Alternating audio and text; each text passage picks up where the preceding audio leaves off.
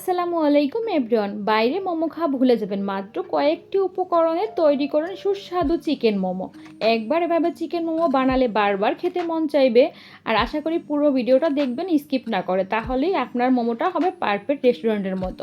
তাহলে মূল রান্না শুরু করা যাক। প্রথমে আমি নিয়ে নিয়েছি 2 পিস চিকেন। এটা হচ্ছে বনলেস চিকেন, কোনো হাড্ডি থাকবে না। আমি পিস পিস করে চিকেনটা কেটে নিচ্ছি ছুরির সাহায্যে, দেখতেই পাচ্ছেন। তবে আপনারা এটা কিন্তু ছুরি দিয়ে কিমা করে নিতেও পারবেন। আমি বড় বড় করে একটু কিউবটা করে নিয়ে তারপর ব্লেন্ড করে নিচ্ছি, কিমাটা করে নেবো ব্লেন্ড করে আর কি। আমি এখানে অ্যাড করে দিয়েছি 2 কোয়া রসুন আর একটু আদা। আপনারা আদা পেস্ট এবং রসুন পেস্ট দিতে পারবেন। আমি দেখছেন ব্লেন্ড করে কিন্তু কিমাটা রেডি করে নিয়েছি। আমি এখানে চলে গেলাম মূল রান্নায়। একটা কড়াই বলে তারপরে দিয়ে দিলাম তেল, আর এখানে সয়াবিন তেল অ্যাড করে দিয়েছি। এখানে দিয়ে দিচ্ছি 2 কাপ পরিমাণে পেঁয়াজ কুচি। আর অবশ্যই কিন্তু পেঁয়াজ কুচিটা বেশি অ্যাড করে দিতে হবে, কেন মোমোতে কিন্তু পেঁয়াজটা প্রচুর পরিমাণে দরকার। আর যেহেতু মোমোর কিমাটা হবে চিকেন কিমা, আমি দিয়ে দিয়েছি কয়েকটা কাঁচামরিচ কুচি। তবে আপনারা ঝাল বেশি খেলে সেক্ষেত্রে বাড়িয়ে কমিয়ে দিতে পারবেন। আমার বাবুরা খাবে দেখে আমি ঝালটা একটু কমিয়ে দিলাম আর কি। আমি ভালো করে নেড়ে চেড়ে নিচ্ছি। তার ভিতরে এখন দিয়ে দিচ্ছি পরিমাণ মতো লবণ। লবণটা দিলে পেঁয়াজটা আরেকটু সফট হয়ে আসবে। তারপরে এখানে ভালো করে আবারও নেড়ে চেড়ে নিচ্ছি। তারপর নেড়ে এখানে আগে থেকে ব্লেন্ড করা কিমাদার চিকেনটা সেখানে অ্যাড করে দিচ্ছি এখন। দিয়ে তারপরে কিন্তু সমস্ত মশলাগুলো অ্যাড করে, আর এখানে কিন্তু সামান্য কিছু পরিমাণে মশলা দরকার হয়। এখানে কিন্তু বেশি মশলা দরকার হয় না, কিমাটা কিন্তু সামান্য পরিমাণ মশলা দিলেই কিন্তু চিকেন মোমোটা ঘরে বানানো সম্ভব। অল্প কিছু উপকরণে আপনাদের সাথে শেয়ার করতে চাচ্ছি কিন্তু আজকের এই মোমোর রেসিপিটা। আশা করি আপনাদের খুবই ভালো লাগবে। এখানে আমি এখন অ্যাড করে দিচ্ছি 2 চামচ পরিমাণে ধনিয়ার গুঁড়া, 1 চামচ পরিমাণে দিয়ে দিচ্ছি গরম মশলার গুঁড়া। আর এখানে আমি অ্যাড করে দেবো এখন 2 টেবিল চামচ পরিমাণে সয়া সস। আমি সয়া সস দিব দেখে কিন্তু আগেই লবণটা কম দিয়েছি। অবশ্যই আপনারাও খেয়াল রাখবেন সয়া সস দিলে লবণটা কম দেওয়ার জন্য।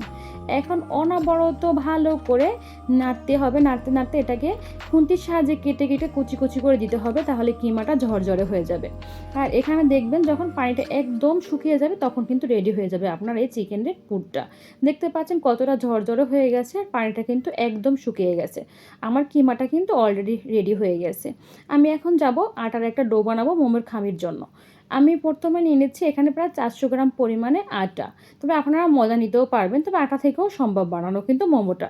আপনারা ট্রাই করতে পারেন। দিয়ে দিচ্ছি পরিমাণ মতো লবণ, তারপর দিয়ে দিলাম 2 টেবিল পরিমাণে সয়াবিন তেল দিয়ে ভালো করে ময়ান দিতে হবে। ভালো করে ময়ান দিয়ে তারপর এটাকে একটু ঠান্ডা পানি দিয়ে ডো তৈরি করতে হবে। তবে এই ডোটা তৈরি করার সময় অবশ্যই ঠান্ডা পানিটা ইউজ করবেন, গরম পানি ইউজ করা যাবে না। আর অবশ্যই দেখতে পাচ্ছেন কিন্তু আটার মুঠি করলেই ভেঙে যাচ্ছে। আটার এখন ভালো করে পানি দিয়ে একটা ডো তৈরি করে নেব। তবে একদম সফটও হবে না এবং শক্তও হবে না, একটা ডো তৈরি করব। বেশি নরম বা বেশি শক্ত হলে কিন্তু মোমোর ভাঁজটা ঠিকমতো হবে না। দেখতেই পাচ্ছেন একদম কিন্তু নরমও করিনি, এবার একদম কিন্তু শক্তও রাখিনি। এখন সামান্য পরিমাণে একটু আটা ছিটিয়ে তারপর বোটের উপরে আমি কিন্তু একটু ছোট করে লিচি কেটে নিচ্ছি আটার খামি থেকে। এটাকে এখন একটা লুচির মতো বা পুরির মতো একটা শেপে কিন্তু রুটির মতো বেলে নিতে হবে। আমি দেখতেই পাচ্ছেন একদম পাতলাও হবে না একদম মোটাও হবে না, এরকমভাবে আমি এটাকে বেলে নিচ্ছি। বেলে তারপরের মাঝে চিকেনের পুরটা দিয়ে কিন্তু ভাঁজ দিব। আর ভাঁজটা কিন্তু আসলে মুখে বলে বোঝানো সম্ভব না, আপনারা দেখেই নেবেন। আমি 2টা ভাঁজ দেখাবো আজকের এই ভিডিওতে।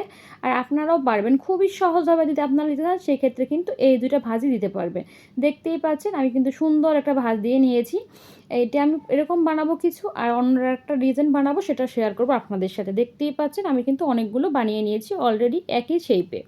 আমি আরেকটা ডিজাইন শেয়ার করতেছি আপনার সাথে, দেখতেই পাচ্ছেন এই ডিজাইনটাও কিন্তু খুবই সুন্দর। মোমোর কিন্তু অনেক রকমের ডিজাইন দেওয়া যায়, তবে আপনাদের কাছে এই 2টো ডিজাইনে মনে হয় আমার কাছে সহজ, তাই আপনাদের সাথে শেয়ার করলাম।